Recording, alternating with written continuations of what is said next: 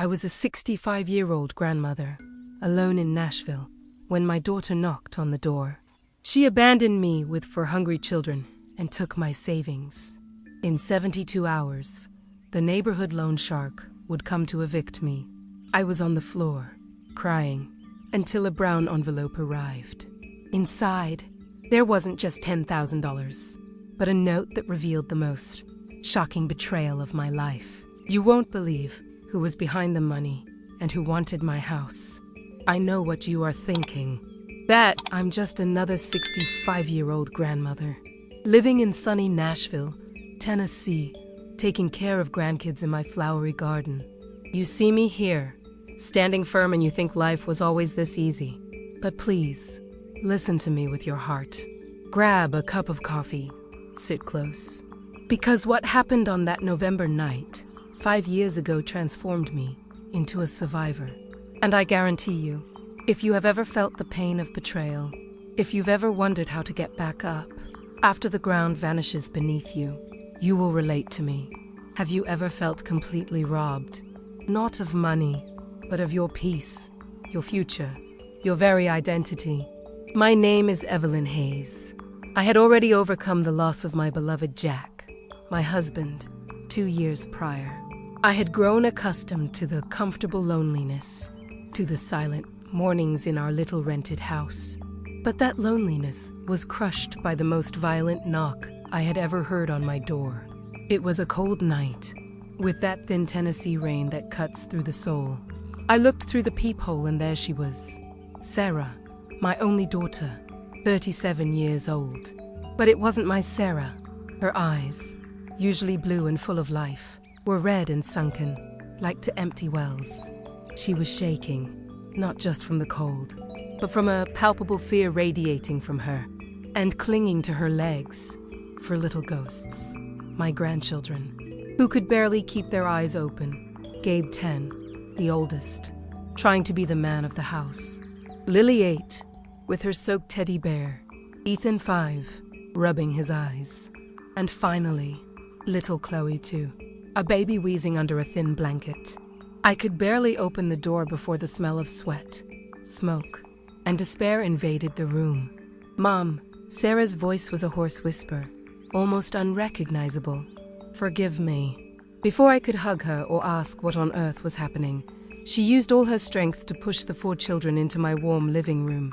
They fell onto the rug, startled. Keep them. They are yours now, she said, without looking at any of her children. Her eyes were fixed on something behind me, or perhaps on nothing at all. Sarah, what are you saying? Where are you going?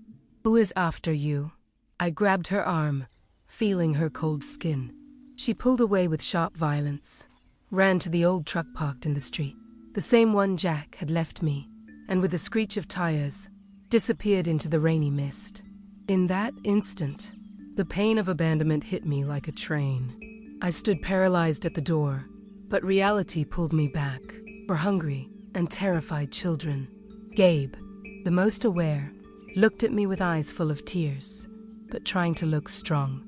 Grandma, we haven't eaten since yesterday. Dad, he's gone. And Mom said they were going to get us. Gabe's they.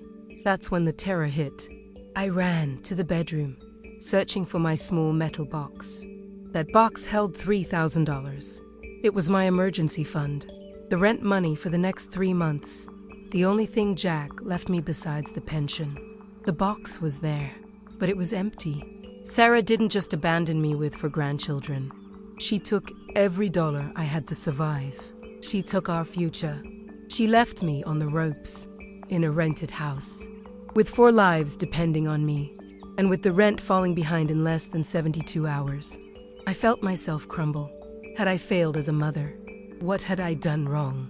I cried for the first time without sound, hugging Chloe and Lily on the kitchen floor while Ethan and Gabe slept on the sofa. 3 days passed. I tried to stretch the bread, the milk little, and the rice even less. The children asked for their mother every hour, and I lied to them, and to myself soon. Then on the 4th, the first real threat. A large, dirty black car stopped in front of my house. A burly man in a crumpled suit, smelling strongly of cigars, stepped out. He didn't introduce himself. He just looked at me with a mocking smile and said, "Your daughter owes money. Money she took from Marcus. If she's gone, her address is the collateral. You have 72 hours to show up, or the grandkids will have to learn to sleep on the street with Grandma." The loan shark, Marcus. The terror had a name, and he knew where I lived. Those 72 hours were hell. I called the police, the hospitals, but Sarah was nowhere to be found. I couldn't tell the truth about the loan shark, but I also couldn't let my grandchildren starve. That was when I remembered something Marcus said. She took more than she should have. That night, while trying to call the only relative I had left, my brother Robert, whom I had been estranged from for 25 years, due to a family feud over land, I felt something hard in the wet jacket Sarah left behind. It was a USB drive. With trembling hands, I plugged it into the old computer. The file? It wasn't Sarah's debts. It was a video showing Marcus, the loan shark, assaulting Sarah and, worse, forcing her to sell a plot of land that belonged to the grandchildren, Jack's inheritance, to pay off a debt he had. This wasn't just a case of addiction and abandonment. It was abuse and theft of family property. The money she took from my box. It was probably to give to him to try and buy the children's freedom. I knew that in 48 hours, I would be evicted and Marcus would come. But now, I had a weapon. Tomorrow, I would make the riskiest move of my life. I wasn't just fighting to pay rent. I was fighting to expose a crime and protect my grandchildren's stolen future. With the USB drive in my hands, I felt a mix of terror and adrenaline. The terror of facing Marcus, the loan shark, and the adrenaline of having proof that my daughter wasn't just an addict on the run, but a victim of extortion and violence. I looked at my sleeping grandchildren, huddled on the small sofa. Gabe, the oldest, had a furrowed brow, likely dreaming of his mother's absence. Lily, the dreamer, held her teddy bear tight. I watched them and felt a strength I hadn't felt in a long time. I was no longer the lonely 65-year-old widow.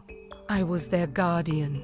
The smell of dampness in the house and the empty fridge were constant reminders that time was running out. Less than 48 hours until eviction, and Marcus would return. That morning, I had to be an actress. I got up, prepared what was left of the oatmeal, and tried to smile. "Grandma, is Mommy coming back today?" Ethan asked, with his big brown eyes. "She's solving a very important problem, my love. But very soon she'll be back, strong and happy," I replied, swallowing the along with the cold oatmeal. I knew I needed legal help, but I had no money for a lawyer. My only resource was my brother, Robert, in Dallas. Robert, the man I hadn't seen or spoken to in 25 years, because of a fifth-rate piece of land in Arkansas that he thought Dad had given me unfairly. 25 years of stupid pride. I picked up the phone. My heart beat like a drum. Guilt and shame hit me full force. I was only calling him because I was desperate. The call was busy. I tried again and again. Nothing. The universe seemed to be conspiring to isolate me. I was alone. Or at least, that's what I thought. That afternoon, returning from the supermarket, where I managed to get the manager to give me yesterday's bread, I found something that wasn't there in the morning. A thick, heavy brown envelope stuffed into the mailbox. It had no sender, just my address handwritten in a familiar calligraphy I couldn't quite identify. My hands shook so much it took 5 minutes to tear the edge. Inside, there wasn't just one, but 10 bundles of $100 bills. $10,000. My jaw dropped. My breath hitched. It was more than the rent. It was an oxygen tank. Hope, that feeling I thought I had lost, exploded in my chest. I fell to my knees on the living room floor, clutching the money. But along with the bills, there was a small piece of paper. What was written on it froze my blood. Evelyn, The video you have is only half the story. Marcus doesn't want the land. He wants the house. He set Sarah up so she would lose Jack's inheritance. Run. He will be there tomorrow. Don't stop fighting. A friend of truth. That note was shocking on 3 levels. 1. Someone knew about the USB video. 2. Someone knew Marcus would come the next day, even before the eviction deadline. 3. The person knew Marcus wanted my house, the house Jack and I rented, but which actually had a purchase clause for years.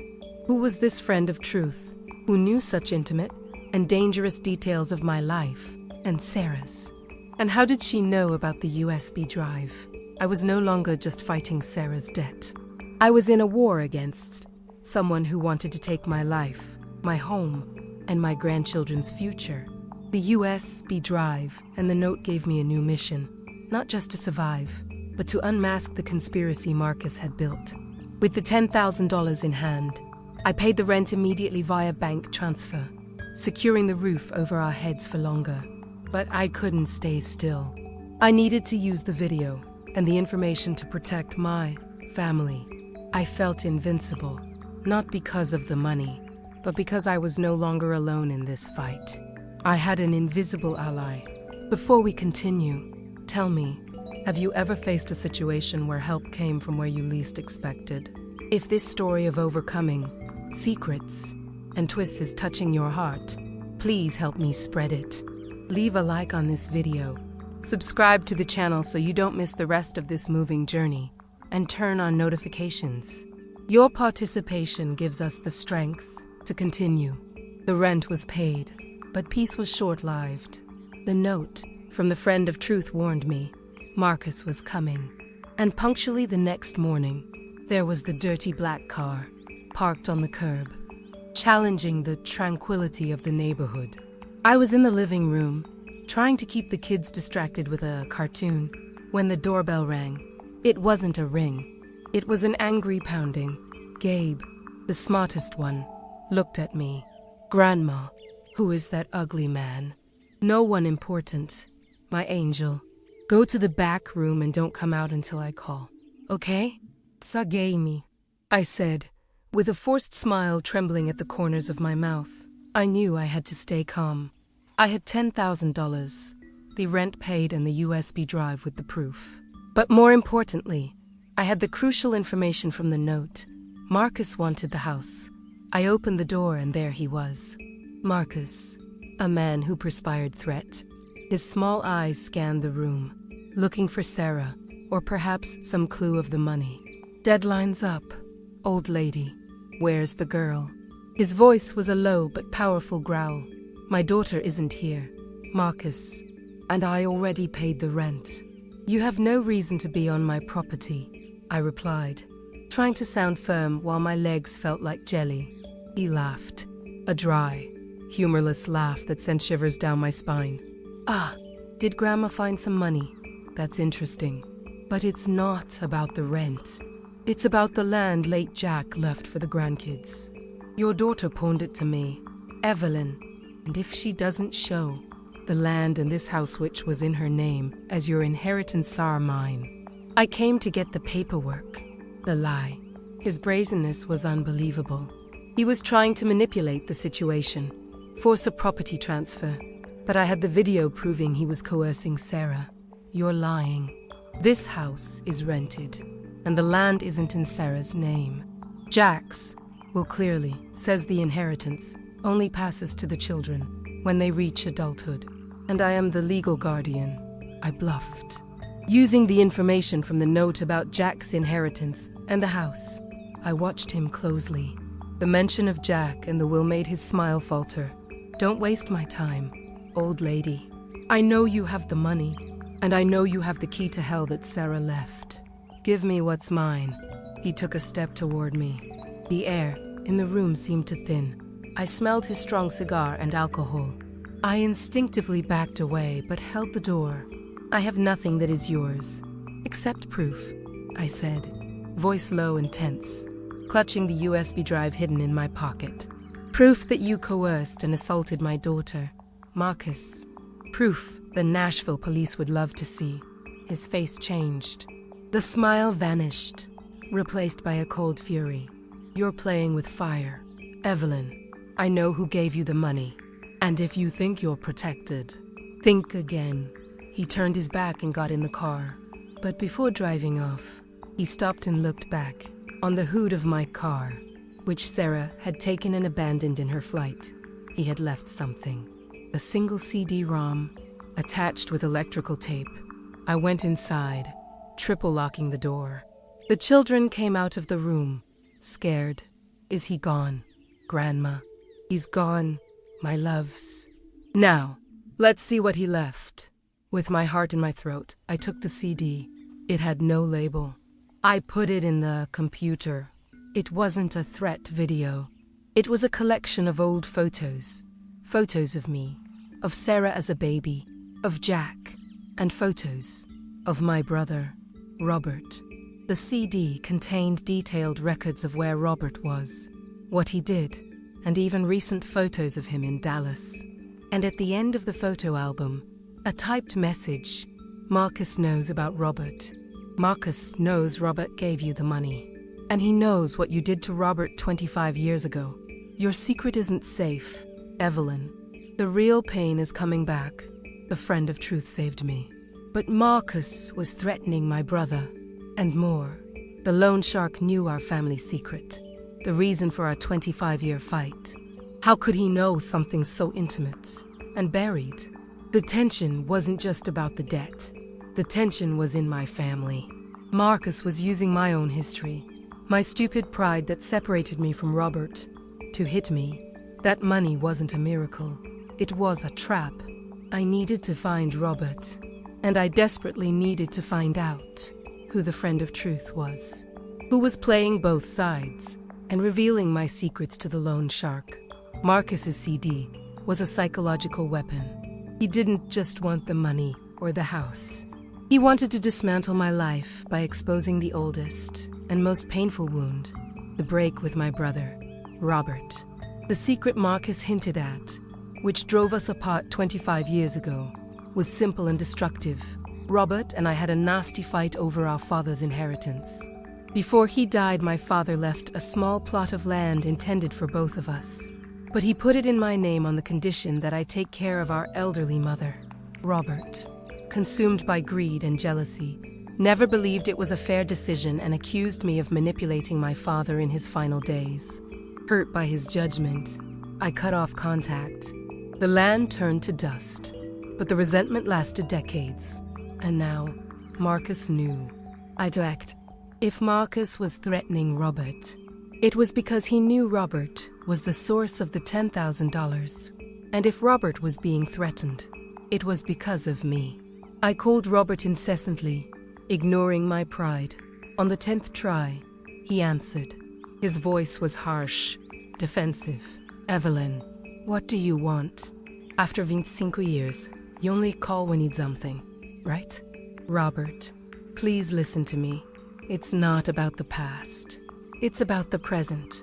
It's about the money you sent me. And it's about Marcus. There was a heavy silence. How do you know? He asked, his voice low, defeated. I know, because he threatened me with photos of you. He knows everything. Robert.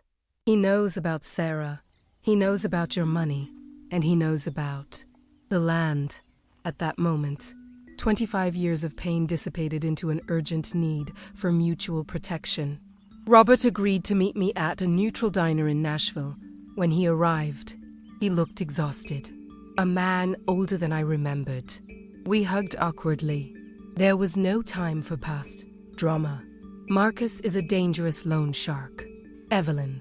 Sarah took a loan from him to fund her addiction, and when she couldn't pay, he started demanding favors and forcing her to sign papers. I was watching her. I knew she was about to collapse. When I heard she abandoned you, I knew you wouldn't have a penny. I sent the money, anonymously, to save the children and planned to go to the police. But now, he's using me for blackmail. He said he'd make me pay for the 25-year fight. But Robert, how did he know about our fight? And more importantly, how did he know you sent me the money anonymously? Only to people knew about the deposit. You and the person who helped you transfer. I paused. Robert reached into his wallet and pulled out a small business card. I didn't do the transfer alone, Evelyn. I didn't want the bank to trace it. I asked for help from a trusted social worker I worked with at a charity. She guaranteed anonymity and helped me send the money. Her name is Bethany. He handed me the card. My blood ran cold as I read the full name, Bethany Hayes. Robert, are you saying that my daughter-in-law, the wife of my late son, John, whom I haven't seen in years since John died, she was involved? Robert frowned. No. Her name is Bethany Miller, Nashville County social worker. I breathed a momentary sigh of relief, but the truth was about to crash down. Robert, you said Bethany guaranteed anonymity. If Marcus knows, it means she betrayed you. Robert called Bethany immediately. The call was strange, full of evasions. Finally, she confessed. Marcus had blackmailed her using her husband's gambling debts. She hadn't revealed it to Robert. She had revealed it to me. She was the friend of truth. It was Bethany who sent the brown note to you. Not the money, but the second warning note in the mail. She saw Marcus looking at Robert's data in the system and felt guilty. She tried to warn you the circle was closing, but too late. She was playing both sides out of fear. Robert concluded. The woman Robert trusted had betrayed both, but tried to redeem herself by alerting me. Robert's despair turned into a cold anger. Evelyn, we won't fight with money. We will fight with justice. You have the USB drive. Marcus is coming after me. He underestimated what 25 years of hate can do. We drew up a quick plan. Robert would go to the police, revealing that Sarah had sold him the Arkansas's land for $1, without my consent, to settle the debt. This would give the police a legal reason to investigate Marcus for fraud against him. I would use the USB drive to prove Marcus's coercion against Sarah. We would expose Bethany, who was collaborating out of fear. I looked at my brother. The resentment was dead. Our eyes were full of tears, but not of sadness of a powerful alliance. I forgave him for 25 years of silence. He forgave me for the land. The real battle wasn't against Marcus, but against the pain of the past. We had less than 12 hours before Marcus made his next move. The police were on their way to the diner to speak with Robert. The money was important, but reconciliation with my brother was the true salvation. The miracle wasn't just the money, but the proof that our family could unite against evil. Robert had already met with the Nashville police, presenting his part of the story, the fraud and blackmail involving the land. The police, possessing Robert's information and a warrant to investigate the loan shark's illegal activities, were acting discreetly. I was back at my house, in a state of vigil. The house was clean, the grandchildren fed, and for the first time in days, safe in the room watching a movie. But peace was a fragile illusion. I knew Marcus would return to execute his threat, and he wouldn't back down. The plan was simple and dangerous. I needed to keep him in my house long enough for the police to arrive. I would be the bait. The clock struck 6:30 p.m. Night fell over Nashville, and the silence was deafening. That's when the headlights of that black car, now familiar and terrifying, cut through the darkness. Marcus. This time, he didn't knock. He used a screwdriver to force the front door lock. The sound of splintering would echo through the house, a sound of violation that made me hold my breath. He entered with 2 henchmen by his side, his eyes fixed on the empty living room. He was angrier than ever. "Where is your brother, Evelyn?" The police stopped me. "Did you tell him about the money?" He shouted, his voice loud enough to echo. I stood firm at the kitchen entrance, wearing the armor of dignity Jack always said I had. "Robert is safe, Marcus, and the police are coming for you. For extortion, fraud, and assault." He guffawed. "Assault? You have your addict daughter's word against mine, old lady, and Robert." He tried to double-cross me, with a fake plot of land. I'm not afraid of anything. And since the money is gone, I'm taking what's worth more. The deed to the house Sarah was forced to sign. I know she hid it before she fled. He stepped toward me, violently inspecting the room. His henchmen began searching the furniture. Sarah didn't sign anything of value, Marcus. And if she did, the signature was under coercion. I have proof. I pulled the USB drive from my pocket, holding it up like a trophy at my fingertips. He stopped. Terror replaced his anger. "Where did you find that?" he whispered, his voice tense. "It doesn't matter. What matters is that the video shows you coercing and assaulting my daughter, and it records your plan to steal this house. If you touch me, this drive goes straight to the news." He tried to negotiate, sweat dripping down his forehead. "Give me that, Evelyn. We can talk. I'll give you the house. Forget the debt." I refuse to yield. There is no negotiation. I will not negotiate my grandchildren's lives. Marcus lost control. He lunged toward me, ready to grab it. At that exact moment, the thunderous sound of sirens invaded the street. Red and blue lights danced through the room. The Nashville police had arrived. Marcus looked at me, his expression of fury turning into pure, helpless hatred. He tried to escape through the back door, but it was too late. Uniformed and plainclothes officers stormed the house. Police, hands in the air. There was a brief struggle, but Marcus and his henchmen were subdued and handcuffed. The most touching moment, however, came shortly after, when the dust settled and the officers ensured our safety. One of the officers called for me. "Mrs. Hayes, we have good news.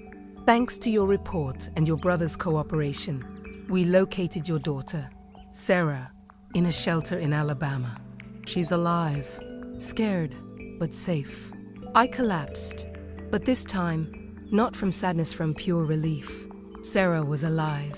The USB drive had saved us, but the reconciliation with Robert and the courage to face Marcus had brought true liberation. The dust settled, but the marks on the door remained like scars of that war. Marcus and his henchmen were detained, facing serious charges of extortion and coercion. The USB drive, Robert's testimony about the land fraud, and the final statement from Bethany Miller, the social worker, who cooperated in exchange for protection, ensured the arrest was permanent. The true victory, however, was not in criminal justice, but in the restoration of family bonds.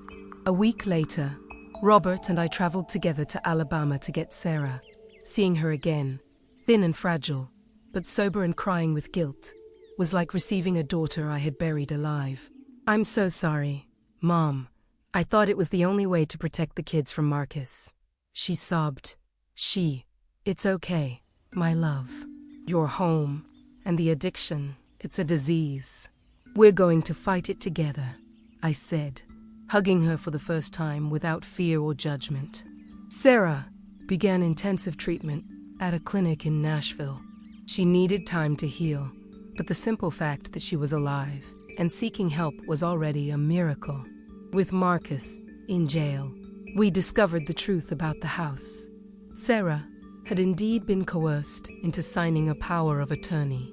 But thanks to our quick action and the USB drive, the court annulled the document, confirming that the purchase clause of the house was mine. The money sent by Robert didn't just pay the rent. It gave us time to fight legally and keep our home. As for Robert, the reunion changed everything. Not only did he forgive me for the 25 years of silence about the land which now had no value anyway, but he became the loving godfather to my grandchildren. He doesn't live in Nashville, but he visits us monthly, filling the house with laughter, teaching Gabe how to play chess, and reading stories to Chloe. That anonymous $10,000 check, which I initially thought was an act of charity from a stranger, proved to be an act of love from a brother. It was the catalyst that forced an end to our pride and united us again against a greater threat. Today, Gabe now 15, is a responsible teenager. Lily, 13, is a talented artist who paints flowers in our garden. Ethan, 10, is the prankster of the house. And little Chloe, 7, fills us with light. They call me Superhero Grandma. In this new home, full of forgiveness and second chances, I created simple but powerful routines. Sunday dinners with Robert. Letters from Sarah at the clinic telling us about her progress. And the certainty that no matter how strong the storm is, family is the only shelter that truly saves us. If you are listening to me now, perhaps you are carrying a similar pain.